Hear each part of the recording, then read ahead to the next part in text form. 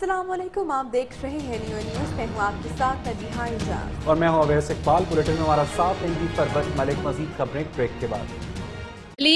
گرمیوں کی مستی چلے یوں ہی لمبے، بیماری سے بس تم بچو، سو جامس ہو لمبے کالے یا موٹے، ڈیٹول ڈیٹول۔ گرمیوں میں صرف ڈیٹول جو دے 100% بہتر حفاظت۔ ماما نے ڈیٹول کا دھلا، نیا ڈیٹول سوپ، جراثیم سے 100% بہتر حفاظت، اب صرف 20 روپے میں۔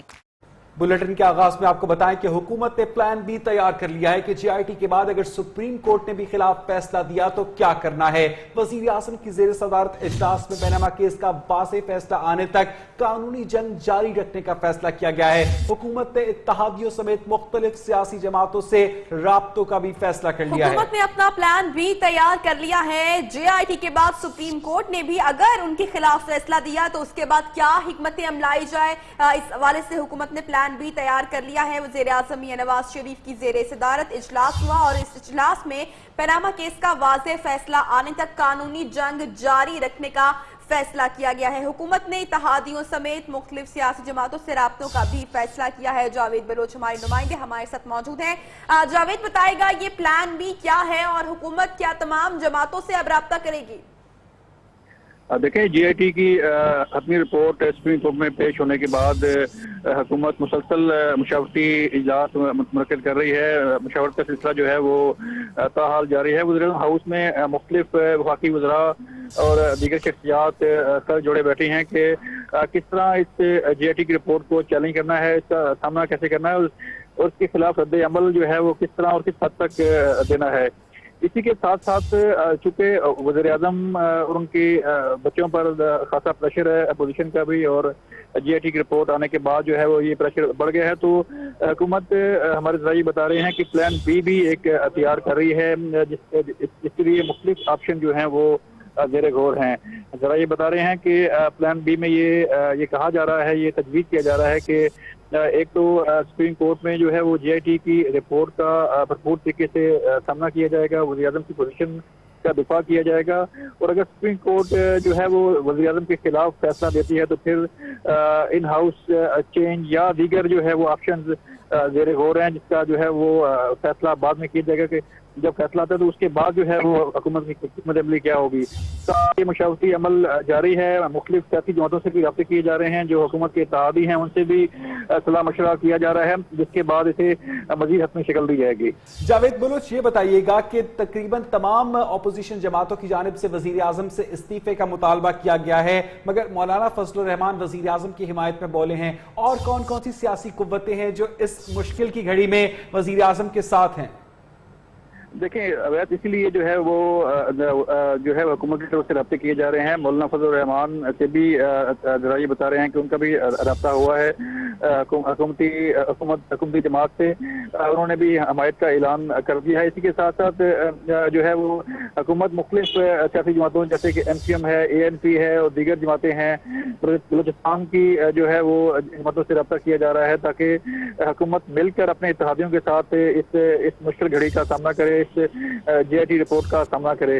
اسی کے ساتھ ساتھ یہ بھی فیصلہ ہوا ہے کہ وزیر اعظم نہ تو استعفیٰ دیں گے اور نہ ہی جو ہے وہ اپنا عہدہ کسی صورت بھی خالی کریں گے، کیونکہ حکومت کا موقف ہے کہ یہ جو جے آئی ٹی رپورٹ ہے یہ بالکل اسے نہ تو ہم تسلیم کرتے ہیں اور نہ ہی جو ہے یہ اس رپورٹ میں جو ہے وہ اس طرح کے الزامات ہیں، نہ ہی کرپشن کو ثابت ہوئی ہے۔ تو ابھی فیصلہ یہی ہوا ہے کہ وزیر اعظم عہدے پر کام کرتے رہیں گے اور استعفیٰ بھی نہیں دیں گے۔ اسی کے ساتھ ساتھ اسی لیے جو ہے وہ رابطے کیے جا رہے ہیں اپنے اتحادی جماعتوں کے ساتھ اور دیگر جماعتوں کے ساتھ۔ بہت شکریہ جاوید بلوچ، اپڈیٹ کر رہے تھے تمام تر تفصیلات سے اسلام آباد سے۔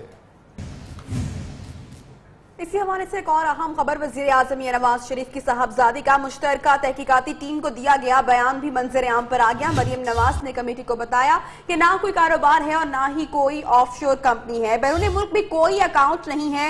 انہوں نے کہا کہ وہ والد کے زیر کفالت نہیں ہے، والد نے محبت میں رقم تحفے میں دی، اور رپورٹ کے مطابق مریم نواز نے یہ بھی کہا کہ یاد نہیں کہ کبھی حسن نواز نے قرض دیا ہو۔ ان کا یہ بھی کہنا تھا کہ میں حسن نواز کے قرض کے بارے میں چیک کر کے بتا سکتی ہوں۔ وزیر اعظم نواز شریف کی صاحبزادی نے جی آئی ٹی کو نیلسن اور نیسکول اور کمبر کمپنیز کی ٹرسٹ ڈیڈ پیش کی۔ جلاوطنی کے دوران حسین نواز نے دوسری شادی کی، لیکن انہیں اس بات کا علم سن 2005 میں ہوا۔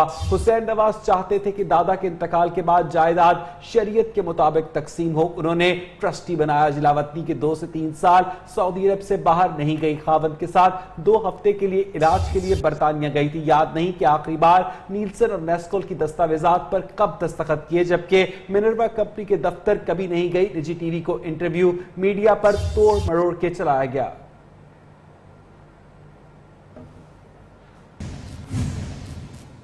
سینئر سیاسی رہنما جاوید ہاشمی اس وقت ملتان میں پریس کانفرنس کر رہے ہیں۔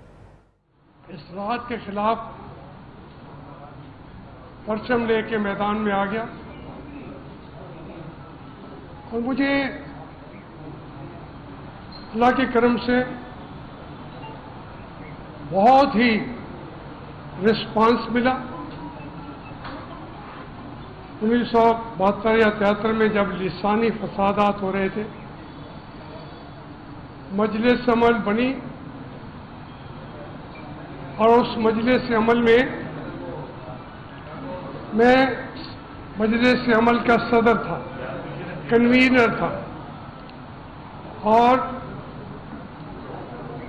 میری اس مجلس عمل کے جو ارکان تھے کچھ اس میں سے زندہ ہیں۔